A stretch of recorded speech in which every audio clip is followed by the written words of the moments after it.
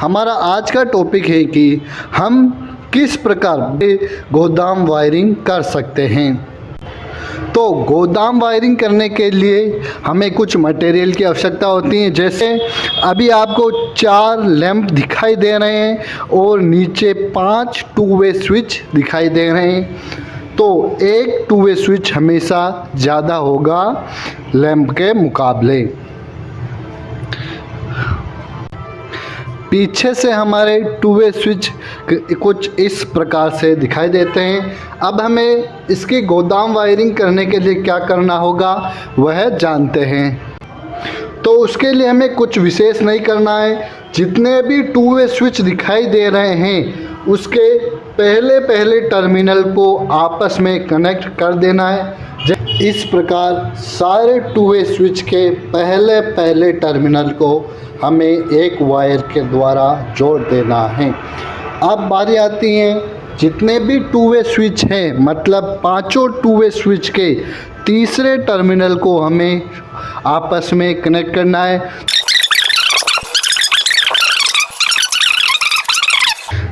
इतना करने के बाद हमारे टू वे स्विच के पहले टर्मिनल और तीसरे टर्मिनल के कनेक्शन हो चुके हैं। पहले टर्मिनल एक वायर से कनेक्ट हो गया और तीसरा टर्मिनल भी एक कॉमन वायर से कनेक्ट हो गया। अब बारी आती है जितने भी हमारे पास लैंप हैं उनके कनेक्शन करने की। तो उसमें भी कुछ विशेष नहीं है। हमारे प्रत्येक लैंप होल्डर में 2 टर्मिनल होते हैं। तो जो पहला लैंप होल्डर है इसके जो 2 टर्मिनल दिखाई दे रहे हैं, इसमें एक टर्मिनल पहले टू वे स्विच के बीच वाले टर्मिनल में कनेक्ट हो जाएगा और दूसरा टर्मिनल दूसरे टू वे स्विच के बीच वाले टर्मिनल में कनेक्ट हो जाएगा।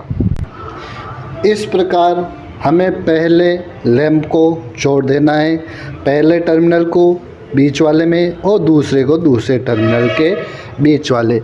अब जो हमारे पास सेकंड बल्ब है इसके भी 2 टर्मिनल होते हैं। तो इसका पहला टर्मिनल दूसरे टू वे स्विच के बीच वाले टर्मिनल के साथ जुड़ेगा, अर्थात यहाँ पर। और इसका जो दूसरा टर्मिनल बचेगा, इससे जो वायर निकलेगा वह तीसरे टर्मिनल के ही बीच वाले टर्मिनल के अंदर हमें जोड़ना है। इस प्रकार हमारा दूसरा लैंप भी कनेक्ट हो जाएगा। इसी प्रकार अब बचे हुए बाकी दोनों लैंप को भी हमें इस सर्किट में जोड़ देना है। सभी लैंप और स्विच कनेक्ट होने के बाद हमारा सर्किट कुछ इस प्रकार से दिखाई देता है। इसमें सारे टू वे स्विच के पहले टर्मिनल को कॉमन, तीसरे टर्मिनल को भी कॉमन कर रखा है और जितने भी लैंप हैं उन सब को टू वे स्विच के बीच में ही कनेक्ट किया हुआ है। तो ये बात हमेशा याद रखनी है। अब बारी आती है इतना करने के बाद इसके अंदर सप्लाई देने की कि सप्लाई किस जगह से दी जाए। तो सप्लाई देने के लिए भी कुछ विशेष नहीं करना है।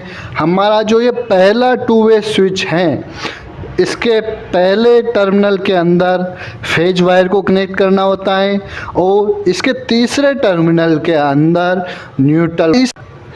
इस प्रकार पहले में फेज और तीसरे टर्मिनल के अंदर न्यूट्रल कनेक्ट कर देते हैं। अब बारी आती है इस पूरे सर्किट को सप्लाई देकर टेस्ट करने की कि हमारा सर्किट काम कर रहा है या नहीं।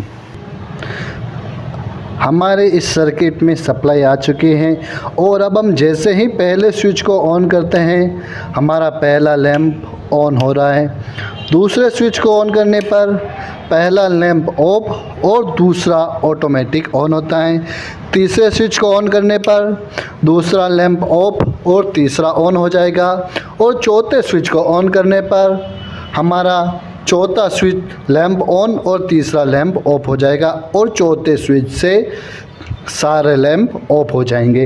अगर हमें सभी लैंप एक साथ ऑन करने हों तो भी ये हो सकता है। जैसे हम इस सेकंड स्विच को ऑन करते हैं तो पहला और दूसरा लैंप ऑन हो जाएगा और चौथे स्विच को ऑन करते हैं तो हमारा तीसरा और चौथा लैंप भी ऑन हो चुका है। इस प्रकार हम चाहें तो एक साथ भी सारे लैंप ऑन कर सकते हैं। इस प्रकार हम बड़ी ही आसानी से गोदाम वायरिंग कर सकते हैं। इस वायरिंग को गोदाम वायरिंग के साथ साथ टर्नल वायरिंग या सुरंग वायरिंग भी हम कह सकते हैं। यह था हमारा आज का वीडियो दोस्तों।